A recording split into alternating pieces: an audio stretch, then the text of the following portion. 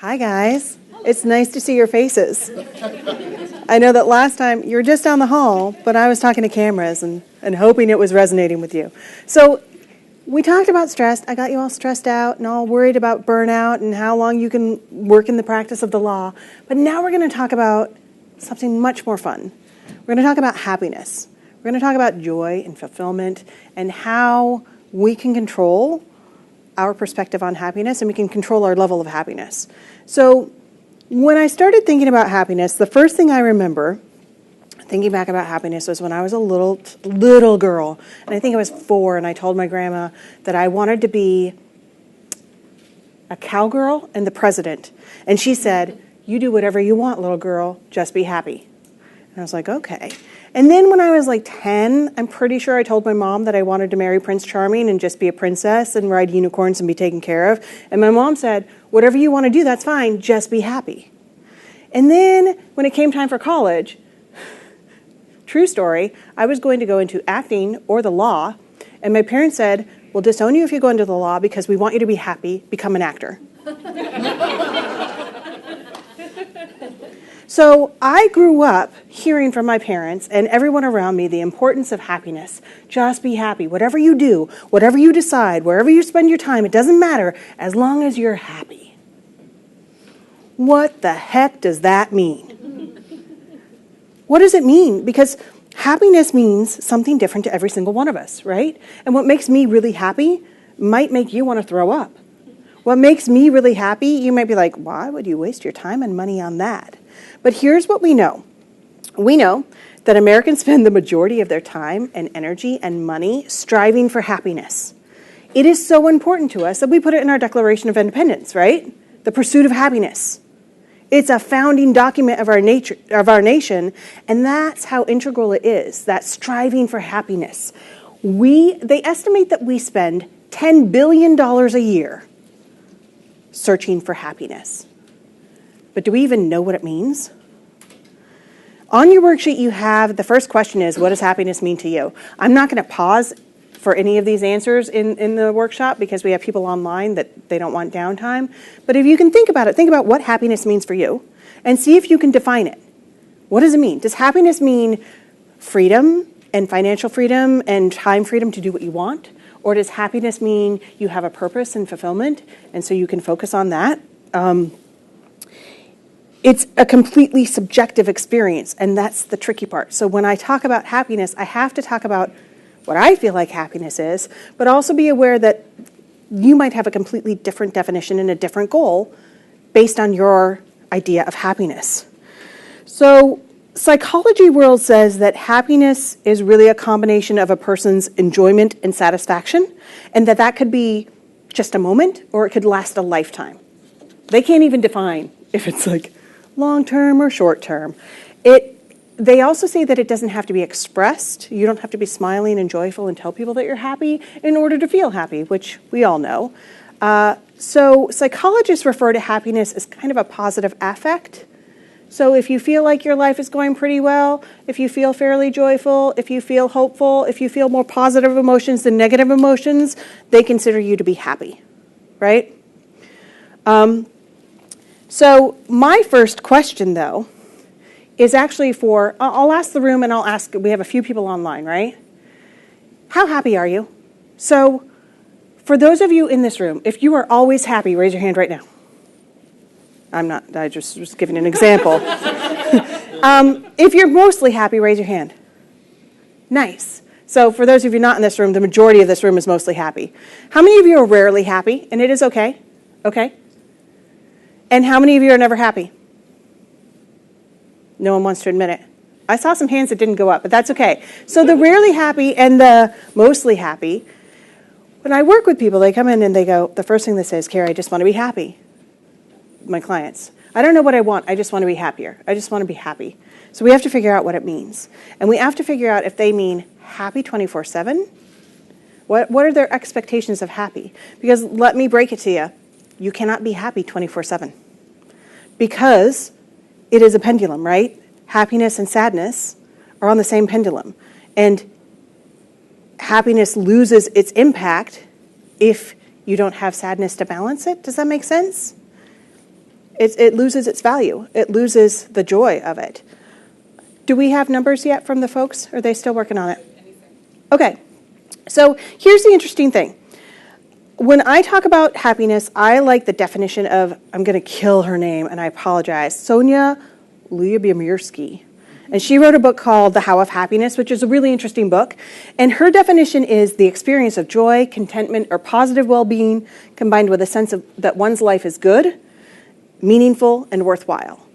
And I love that definition because that's what I help people try and achieve in their life. That's really what we all want, right? Is that feeling of we have purpose, we have meaning, we have joy and positive well-being. And we've got our numbers.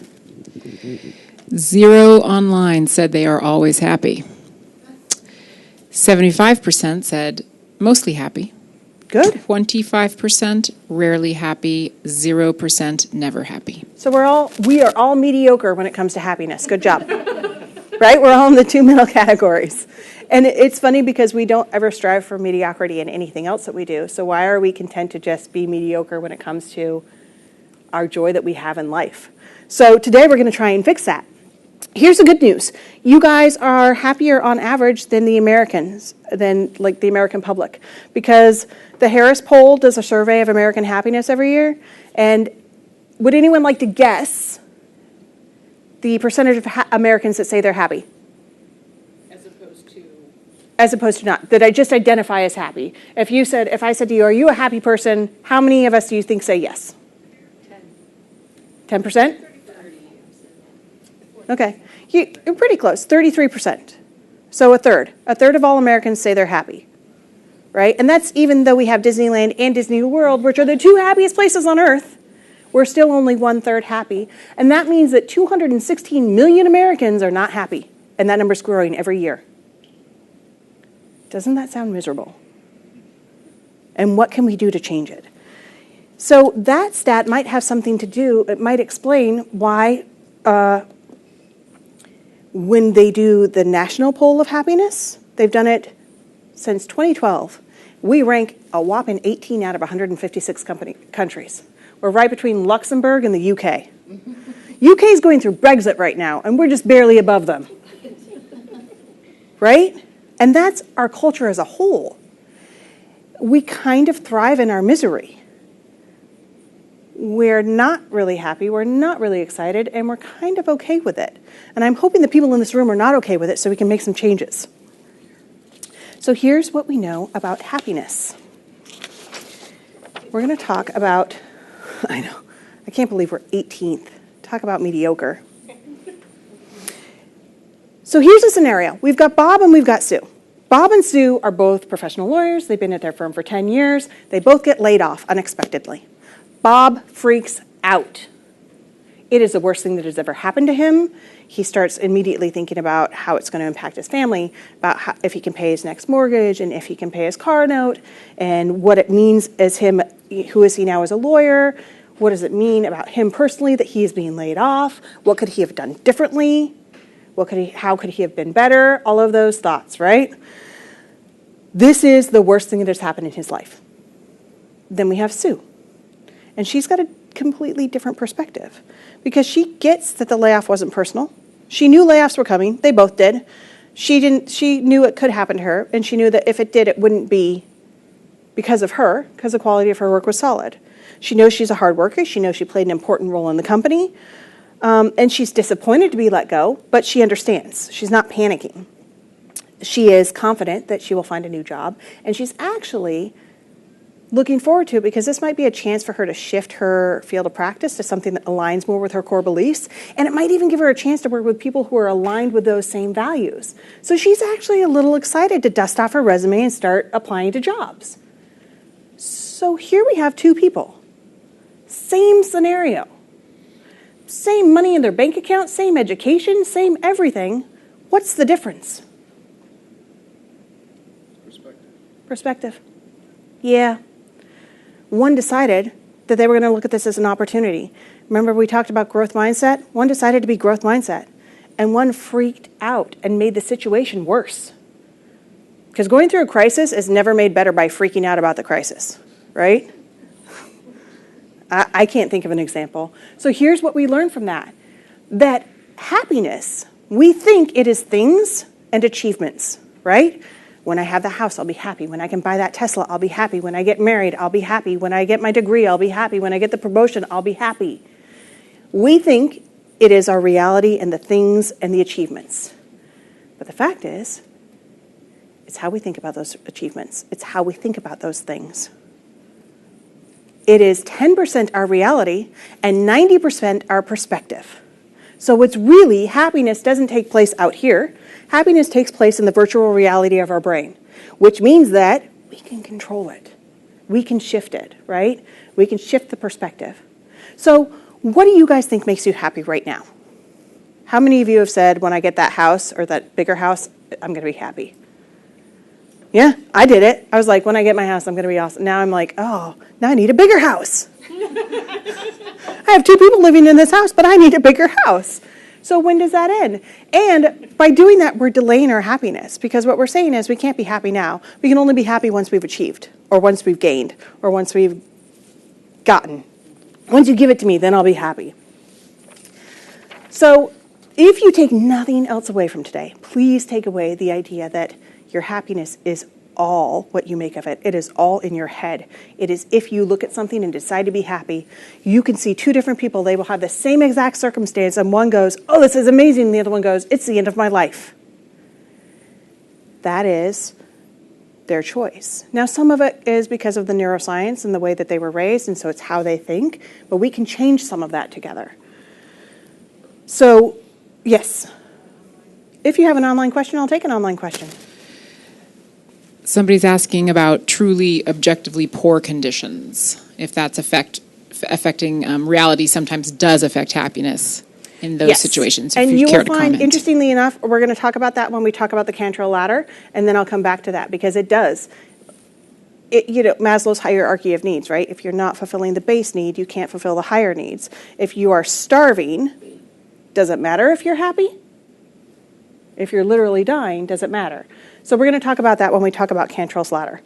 So here's what is great for us, that something even as simple as tweaking your mindset or your perspective or your idea about happiness can improve your happiness.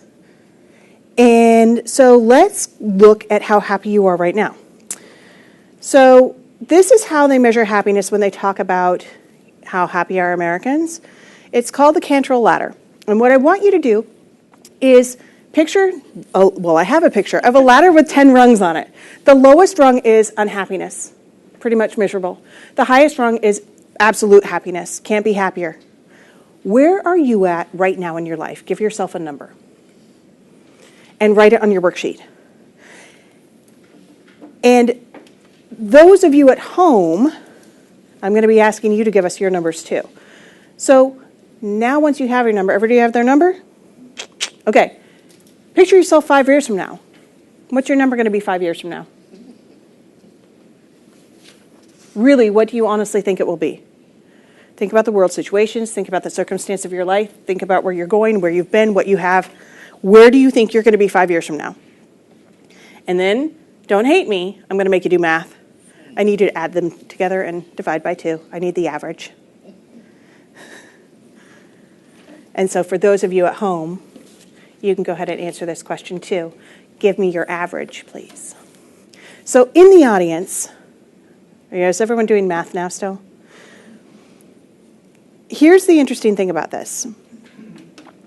This gives you not only your current state, but your attitude about your future state. So somehow this little two-question test averages in your hopefulness, which, by the way, hope is the only positive emotion that can come from a negative situation. All the rest need positive situations to come from. So even if your life is going to pot, you can still have hope. If you're like, I'm going to choose some positivity, I'm going to choose to have hope. All right. How many in this room have a 7.5 or higher as your average? Guys, good job. It's about a third of the room. You have their numbers? Okay. Online, we have 34.6% had 7.5 or greater. 61.5% were between 4 and 7.4. Okay. 3.8% under 4. Okay.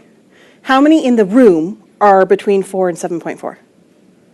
Okay, about half the room. Is there anyone under 4 in the room, and it's okay?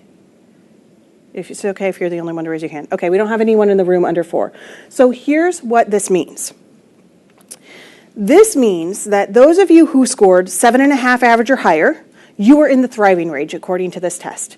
And that means that your well-being is strong, it's consistent and progressing. The people in this category have positive views of their present life situation and also positive views of their future, right? They also report significantly fewer health problems, fewer sick days, less worry, less stress, less sadness, less anger, more happiness, more enjoyment, more interest, more respect. They also, guys, report a higher income, a higher education level, and more solid social support. So that's why your level of happiness is important. Because if you can get up to this top level, this thriving level, most of the people that I tell this to go, ooh, higher income? That's what I want. So happier people make more money.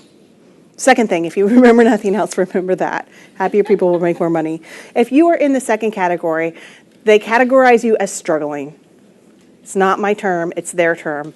And what they mean is that your well-being is kind of moderate or inconsistent. You either have moderate views of your present life or moderate views of your future life or negative views in one and really positive in the other, right? So they're not balanced and level with each other. Folks in this category are either struggling at present or they expect to struggle in the future. They report more daily stress and more worry about money, so they're more financially focused. They have more than double the amount of sick days of those in the thriving category, like twice as many sick days, guys. The average person is sick 5 days a year. That's 10 days a year that you miss work. They tend to worry more about making the day-to-day ends meet, and they're more likely to smoke, and they're less likely to eat healthy. Why? Because when we're not happy, we try and cope and feed ourselves in other ways, right? So we didn't have any in the room, but we have a few online in the suffering category. Again, not my term. Their well-being is at high risk. They have poor ratings of the current situation and their future situation, so they don't have any hope that it's going to get better necessarily. They're more likely, and here's where the answer to that online question, because this category is more likely to report lacking basics in food and shelter, and they're more likely to actually have physical pain, right? So an injury or physical pain, a lot of stress, a lot of worry, a lot of sadness, a lot of anger. They tend to have lower income, they tend to have less education, and they tend to have less access to health insurance and care. This category has more than double the disease burden compared to the thriving. That's how happiness can impact your life, right? That's when I first saw that stat, I was like, that can't be right. Double? But yeah, happiness can, being in the struggling versus the thriving can more than double your chance of disease. Okay. So, when I was digging into happiness, I found this equation, and I was like, this equation makes perfect sense to me. How many of you does this equation make sense to you? If you work hard, you're going to be more successful, and then you're going to be happier. It totally, this is how I raised myself. This is what my family taught me. We all believe this. Just work hard, and everything else will follow. Right? Just achieve, just gain, and you are going to be happy.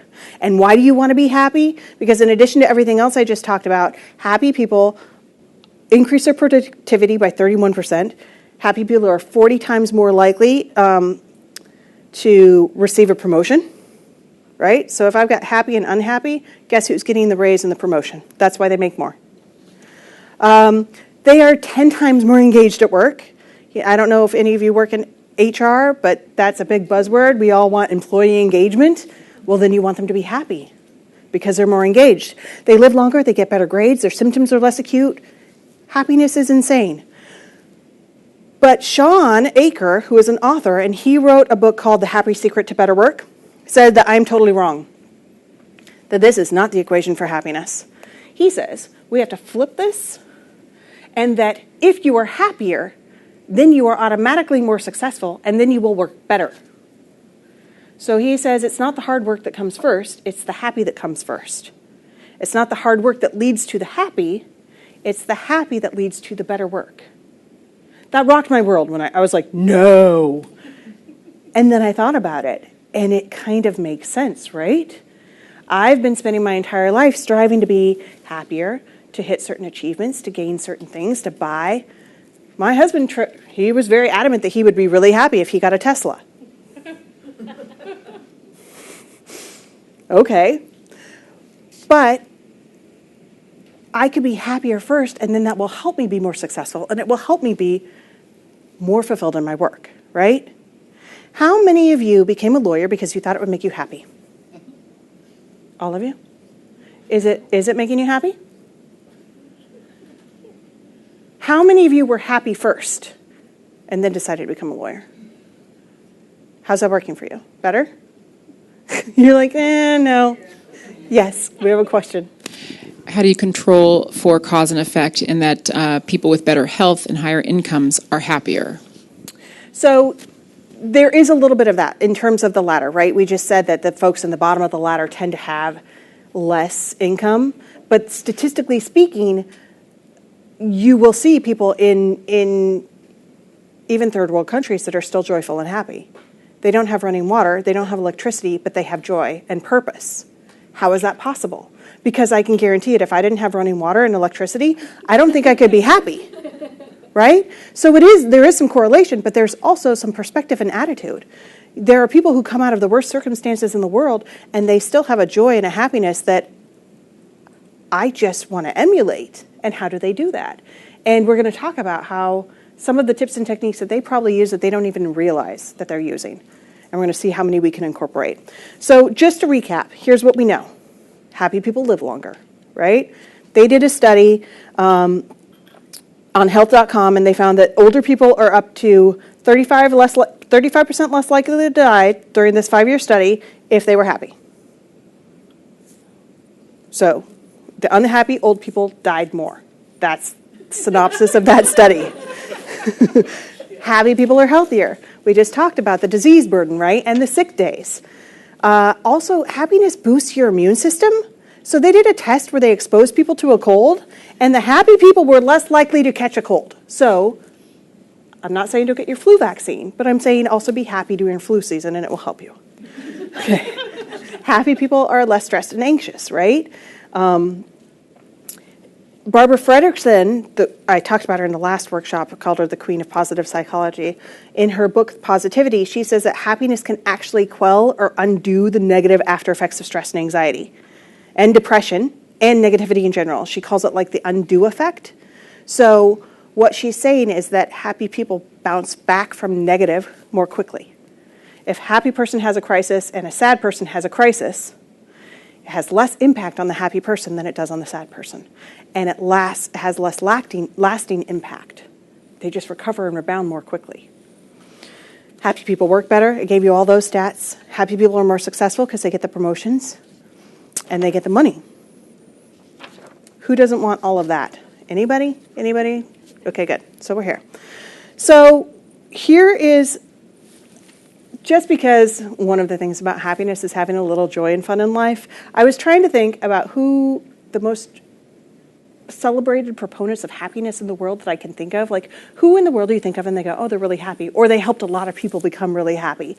And I happened to be at the doctor's office, and they had an Oprah magazine there, and so I threw in the Oprah test. I gave you the link to take it home because I do not have her test copywritten, and so I could not do that. But did any of you actually take that Oprah happiness test? Okay, a handful of you did. Those of you at home, if you took it, please answer the question and let Devorah know your numbers. How many of you guys were over 80? Oh, then nobody's happy. Because Oprah said you have to have an 80 or higher to be happy. How many of you have an 80 to 60? Okay, Oprah says you guys are just semi-happy, just so you know. And she says that you guys have to be careful if you hear the answers of like, I'm fine, can't complain, mustn't grumble, oh, I'm not so bad, could be worse, right? You're kind of ambivalent about your happiness level. So she says that you're surviving, but now it's time to start thriving. And think about what you need to increase your happiness levels to really have joy. Anyone between like 60 and 40? Okay. Online? Under 60, we had 15.4%. Okay. 61 to 80 were 65.4%, and 81 and over 19.2%. It's a lot of really happy people online, or they just want to overachieve and outdo us, because those stats are really high. So if you have 60 to 40, what Oprah says is this score is a sign that you need to start taking better care of yourself. Remember the self-care we talked about last time? She says you need to acknowledge that you need some help and start getting it and sleep a little better and take care of yourself. And if you're 40 or below, all she said was, yeah, you probably knew you weren't happy. Literally, it says, you probably knew that you're going to score this low before you took the test. So you need to take an honest look at your happiness. Right? So even Oprah makes money on happiness because people want it. They want to be happier. They want to know, if I could tell you that I could make you 10% happier if you gave me $1,000, would you give me $1,000? No. No? Because most people would.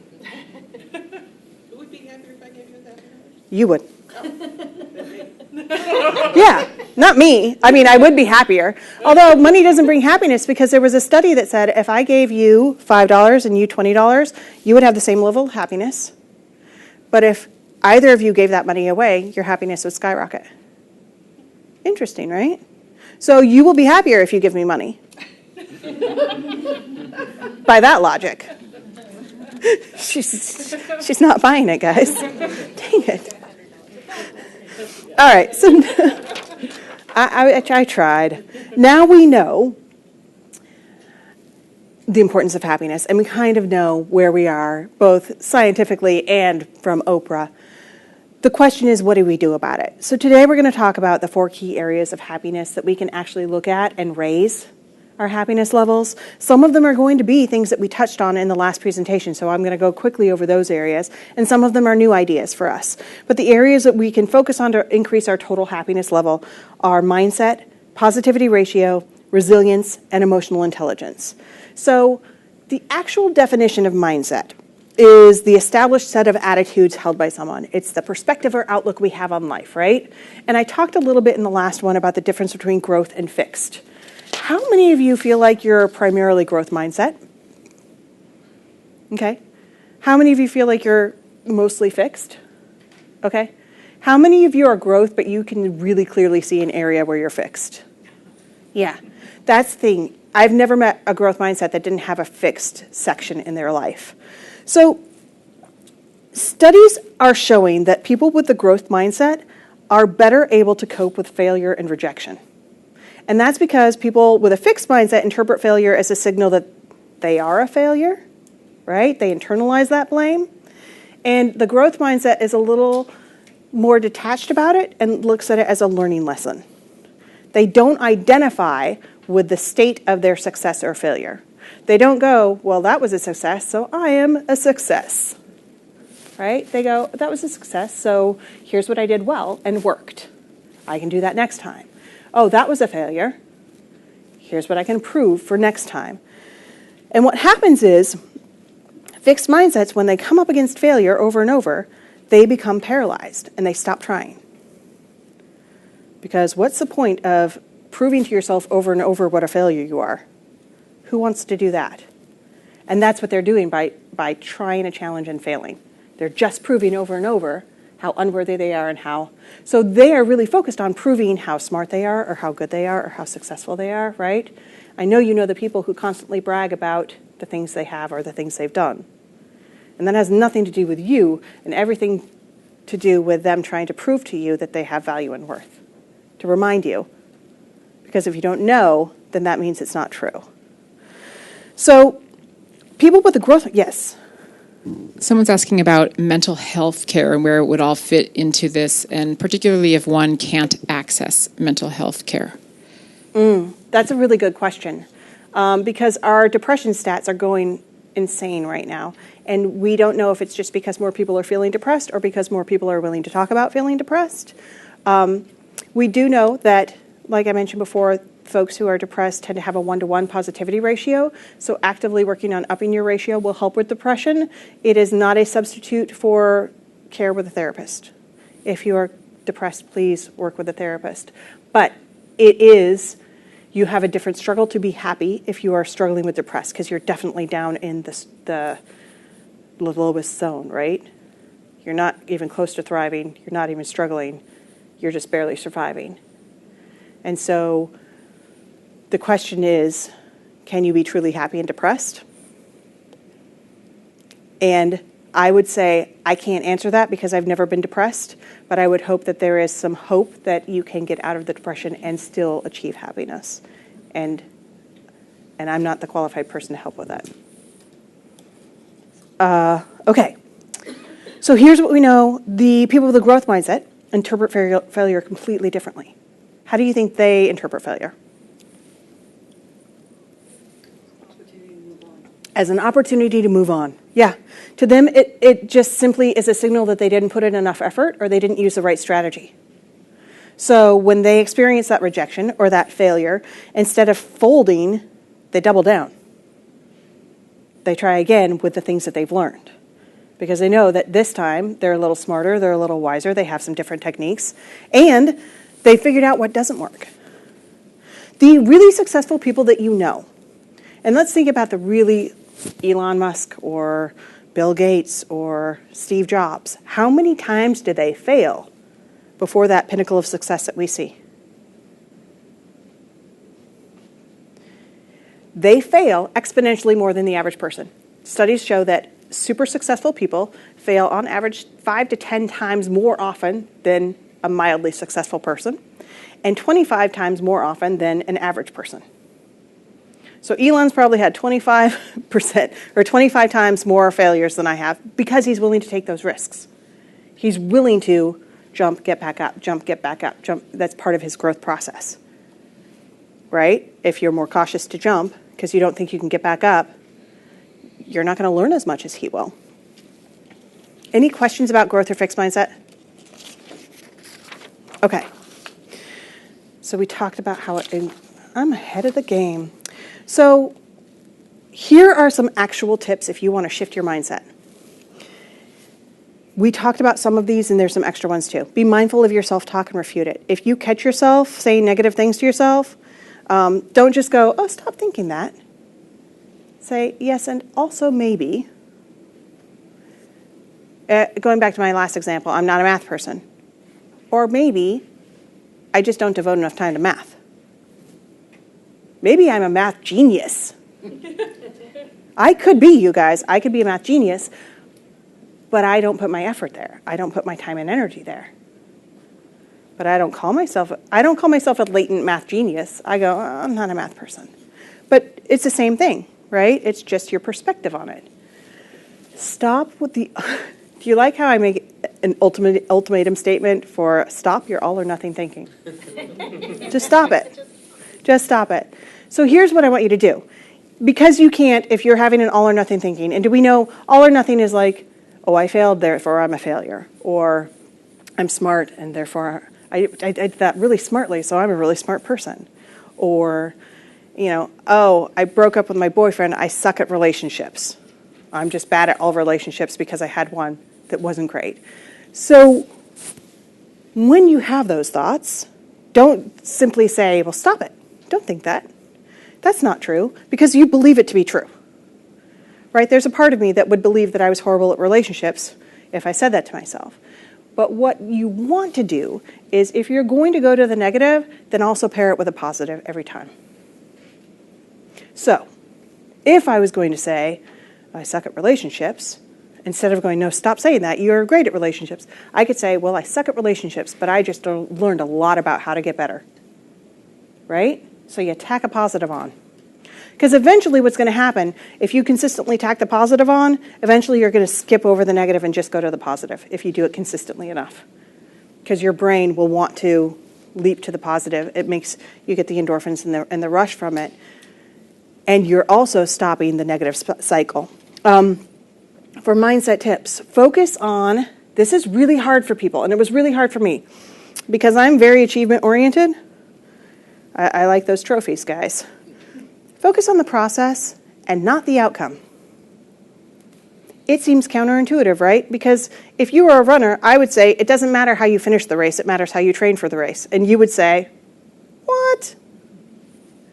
That can't be true because we care about winning. Our society rewards the winners. You get a trophy for first, second, and third. And the third place trophy is not nearly as awesome as the first place trophy. What do we do for the fourth place person? Can you remember anybody that came in fourth place in any of the Olympic events last year? No, because we don't care, because they're not winners. So what we want to do is shift to focus on the process and the effort, right? Because that's what we can control. We can't control the outcome. I could train my hardest and run my best race of my life, but to be a winner, I have to beat everybody else who's running the best race of their life on that same day. And if I focus on the outcome and one person beats me, then I'm a failure because I failed. But if I focus on the process and my gains and how I improved and how I increased 1% a day, then I'm focusing on what I can continue. And I'm much more likely to run another race. Because if I did everything right, if you do everything right and try and reach your goal, and then at the last minute you don't reach your goal because it's out of your control, what do you think happens the next time you set a goal? You don't try as hard. And guess what happens when you don't try as hard? You don't reach that goal because you didn't try. So it's a never-ending depreciating cycle. So when you focus on process and not outcome, you're focusing on improvement, on gains, on growing, and our mind is psychologically programmed to work towards something instead of against something. So work on the process. It's really hard, I know, because those trophies are awesome. You can put them on your mantle and people will talk about them. I live down in LA and you go to somebody's house and they have an Oscar or an Emmy and it is on the mantle because that proves they're amazing. Okay. Praise. Oh, this one I love. Harness the power of not yet instead of no. There is a woman, Carol Dweck, and she wrote a book called, what was her book? Mindset. Amazing book. You should read it if you have time. And she did this study. There was a school, I think it was in the inner city of Chicago. And at that time, there was a crazy high dropout rate at that school because kids were failing and then they were dropping out. And it was well over 35% of kids who were not graduating their senior year. And they changed one thing in their grading process. They stopped giving Fs. Now, this is not like field day where everybody gets a participation ribbon. They didn't change it in that way. Instead of giving you an F, I would give you a not yet. You didn't fail the class, you just haven't passed it yet. That one change reduced their dropout rate by 80%. One change. I'll give you a not yet instead of an F. So practice giving yourself not yets. Not, oh, I suck at that, I failed. No, I just didn't get that yet. What do I need to do to get it next time?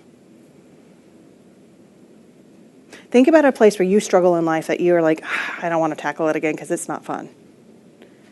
And think about if you just say, I just haven't accomplished it yet, not yet. I've got a not yet and not an F. Does that change anything for you internally? I see heads nodding. Yeah, it makes you want to go, oh, I still have all the potential and all the capability. I am not a failure. I'm just a not yet. Praise wisely. This is a really good tip for those of you who have kids. Please stop telling your kids how smart they are. Please stop praising them for good grades. Please don't tell them that they're pretty. Instead say, you worked really hard and your grade reflects that. Good job. Right? It's the same compliment. You're still complimenting that outcome. You're just phrasing it in a different way. Because if you say, you're so smart, great job, you're going to create a student like I met when I talked at Rhodes College a couple of years ago. And he said, I'm here on scholarship. I have to maintain a B average. My parents are paying the rest. And I will lose my scholarship and my parents will freak out if I get less than a B. So even though there's these classes that I really want to learn what they're teaching, if I don't know that I can get a B or an A, I can't take the class. And all of the instructors, all the professors were like, and I said, yeah. That's what our system has created. It's created people who don't try if they can't achieve, right? And so he was a smart kid who had a scholarship, so he had to continue showing he was smart or he would lose that scholarship. It wasn't about effort. It wasn't about, oh, you were the worst in class and then you made it to the middle, you had the most gains in the class. That's not what it's about. We reward the achievement. So try and shift your attitude and reward the effort. This is hard for perfectionists because we look at something and we go, if I can't do it perfectly, I'm not going to do it. I give you more praise if you're a perfectionist and you try something and you fail, because that was harder for you than somebody who's really great at it and tried, right? So praise yourself accordingly. Recognize we're not going to be amazing at everything we try the first time. It might take us 10 tries to be amazing. Not everybody picks up a violin and is like a savant. Some people have to practice 10,000 hours. Yo-Yo Ma had to practice thousands of hours on his cello before he was amazing. What if he'd stopped because he sucked the first time? That means we also need to transform the meaning of effort. We look at something and we go, oh, that's hard work. Oh, that's too hard. No. We should go, sweet, that's going to be hard work. I'm going to try that and see how much effort I can give it. And the accomplishment should mean more to you if it took a lot of effort than if it was easy for you. Why do you want praise for something that you can do like the back of your hand and it's crazy easy, right? We want praise for something that took some focus, took some effort, took some commitment on our part. But we don't praise that way.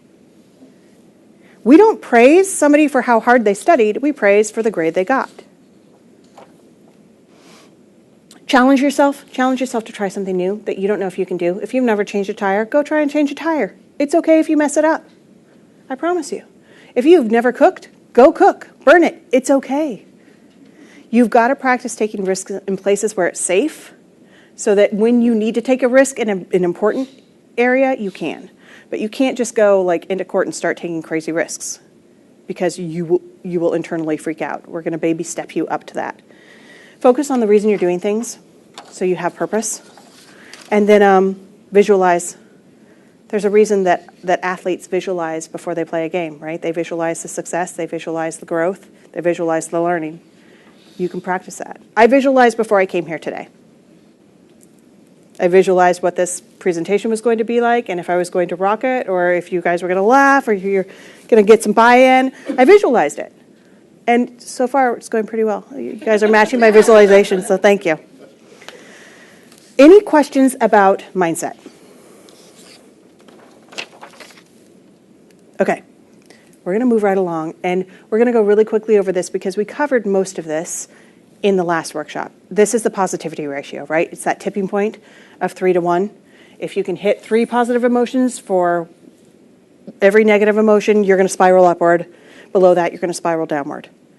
There is a test where you can take this online yourself. It's called positivityratio.com. You can find out what your positivity ratio is, and then you can go out and walk in nature and do a gratitude journal and see if it went up. Because you should take it at the same time of day for a couple days in a row to see.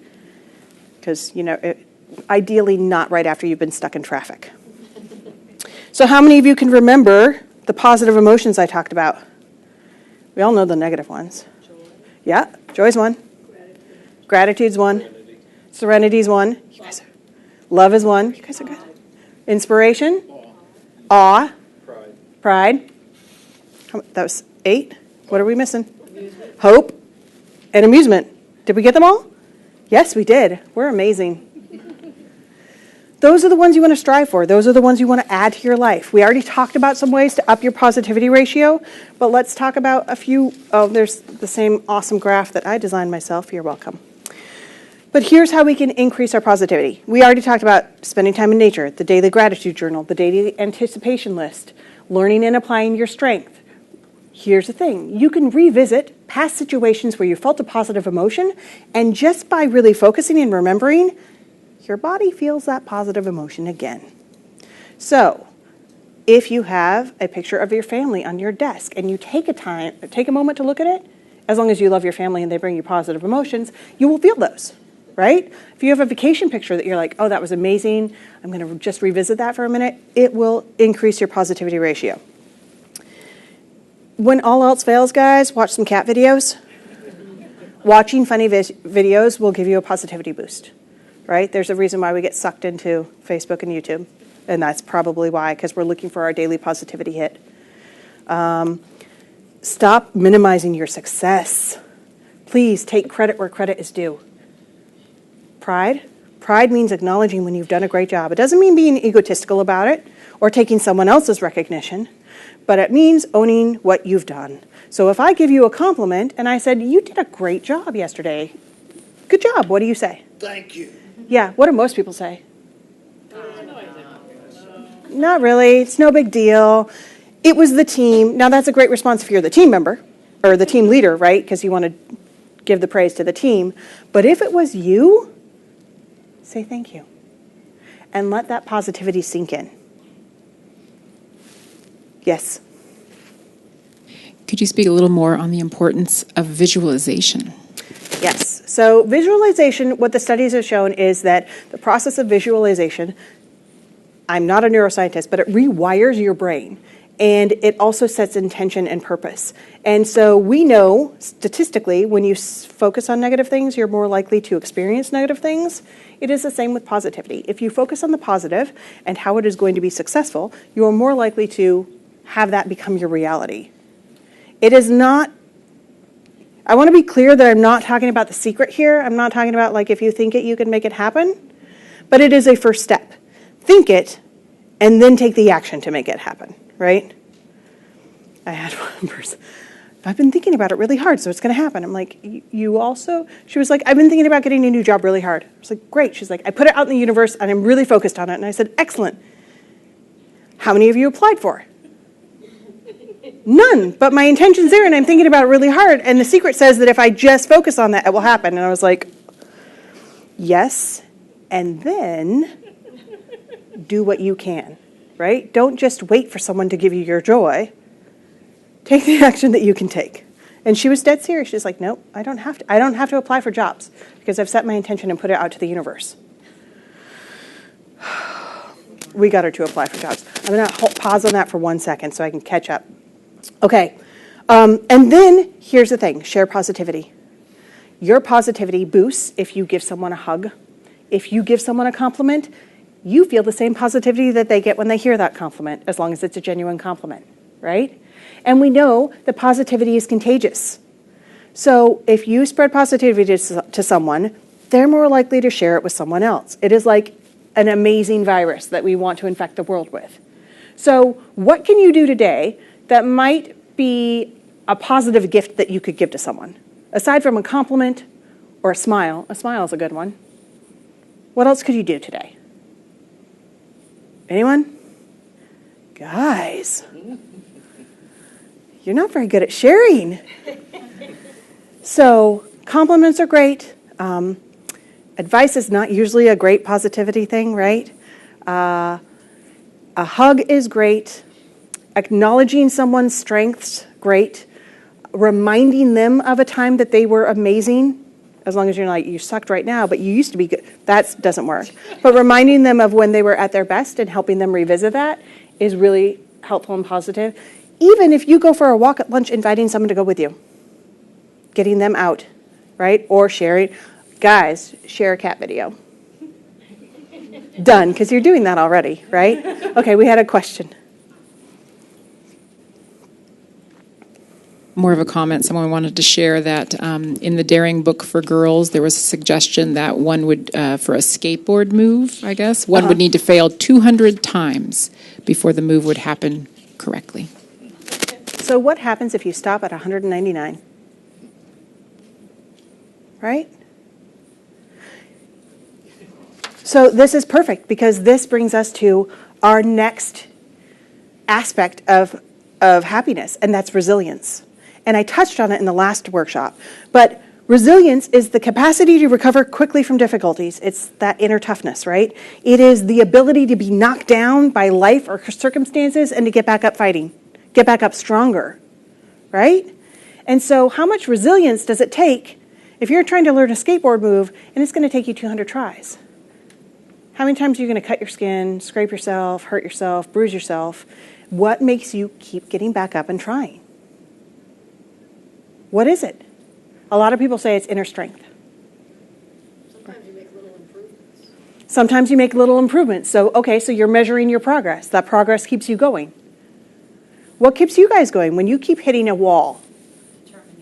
Determination. Where do you get that from?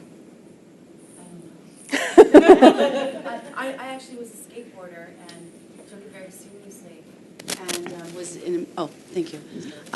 Yeah, so I said determination is what compels me, but I don't know where that comes from. And so the skateboarding example resonates for me because I was a really big skateboarder and now I'm only a snowboarder. Only. But I don't know. I don't know where that came from. Yeah. Actually. At some point you learned it. You learned not to give up. You learned. Right. So you're probably pretty growth mindset when it comes to skateboarding and snowboarding, right? Of like, I'm getting better. It's just going to take time and effort. I will get this. And there's that belief that it will take time and effort, but I will get this. If you say to yourself, it will take time and effort and I'm never going to get this, that's when you stop. So here are the characteristics, the qualities of resilient people. And it's really interesting. Resilient people tend to be more likely to have a positive attitude and be optimistic in life, right?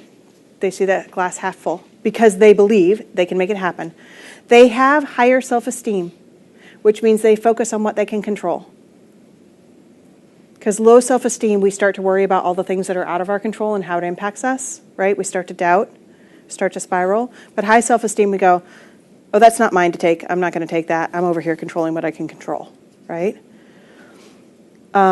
Resilient people practice failing.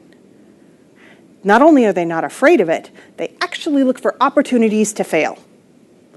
I try and explain to my clients that I want them to fail big, fail huge, fail fantastically, and let's do it quickly. And they're like, oh, why would we want to do that? And I say, not where it's dangerous, but let's get this out of the way, because you're going to have failures. You're going to learn from them, so let's learn now. They have the ability to regulate emotion, right? So they can identify what they're feeling and change what they're feeling. Accommodate it. They are not out of control ragers, or they don't get really sad and can't pick themselves back up, right? They recognize the triggers of the emotion and they change the emotion. They have the ability to see failure as a helpful form of feedback. So they don't take it personally. It's a way to help them grow. And this is a kicker, guys. They have the ability to not to take failure personally, but the big one is this: lower levels of perfectionism. They recognize that they are not going to be perfect at everything all the time, and that sometimes great is the enemy of good enough, right? How much time do we spend perfecting the last 3% instead of just reveling in the first 97% and walking away? How often do we say, my 80% is good enough? It's better than some people's 100%. So I'm not going to kill myself to give 100% right now because 80% is enough. Passing the bar. Yeah? Oh, you wanted to be top? No, I mean, all you have to do is pass the bar. You don't have to get 100%. Yeah. Oh, I'm going to hold off for 1 second. Oh, you can't hear me? Oh, just the comment. Could you repeat that comment? You could just repeat the comment. Oh, she said that passing the bar, that, you don't have to beat everyone else or pass it with 100%. You just have to pass. Because let me tell you, I've hired numerous lawyers and I've never said, what was your percentage on the bar? I've never asked that question. Okay, so here are some tips to increase your resilience. Again, remember the stopping the negative thought cycles? Pair it with a positive. Pull yourself out. If you go on a negative spiral, the best thing you can do is to take a behavior break to get yourself out of it. I don't care if it's 15 jumping jacks. I don't care if it's downward dog. Do something physical, and it is a behavior break, and it will stop you from sitting there and stewing. It's the easiest thing that you can do. Balance your worst case scenario thinking. So if you're going to go to the worst case, if you're going to say, oh my gosh, I might fail and everyone will abandon me, but also it might be a raving success and everyone might love me, right? So just throw that but also on there and give the two extremes. We talked about this earlier because I jumped ahead. Practice failing. Find the benefits and challenges in failure. Even if it's a failure, You have learned something, you have grown. There's something to be gained from it. And if you can highlight that, it will make you more likely to embrace trying again. When all else fails, remember that this too shall pass. It is a moment in your life. It is not your life. We forget that. When things matter a lot to us, we think that this is the way it's going to be forever. When we are feeling miserable, we think we're going to feel miserable forever.